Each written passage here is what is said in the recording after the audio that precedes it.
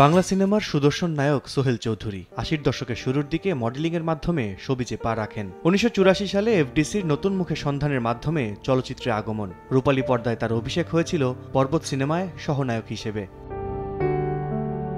সোহেল চৌধুরীর ক্যারিয়ারের অন্যতম সিনেমা হীরামতি। আমজাদ হোসেন পরিচালিত সিনেমাটি মুক্তি পায় ১৯৮৮ সালে। একক নায়ক হিসেবে সোহেলের অভিষেক, বিপরীতে নায়িকা দিতি। এ সিনেমায় কাজ করতে গিয়েই তাদের প্রেমের সম্পর্ক গড়ে ওঠে। রিয়েল লাইফ ও রিল লাইফে জুটি হয়ে ওঠেন সোহেল দিতি।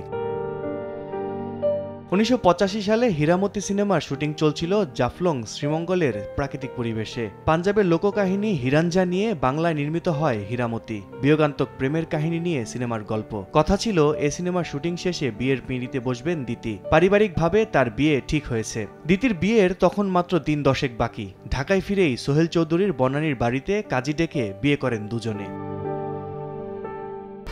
১, ২, ৩ ঢাকায় জমি জিতে নিন ১০০% ক্যাশব্যাক সহ ২০ কোটি টাকার পুরস্কার।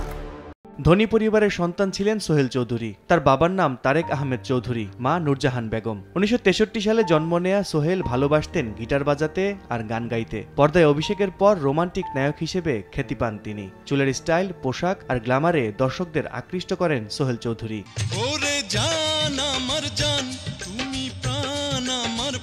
ভালোবেসে দিতিকে বিয়ে করলেও তাদের পরিণতি হয়েছিল বিয়োগান্তক। ৯০ দশকের মাঝামাঝি সোহেল দিতির দাম্পত্য বিচ্ছেদ ঘটে। এ দম্পতির ২ সন্তান, লামিয়া চৌধুরী ও দীপ্ত চৌধুরী।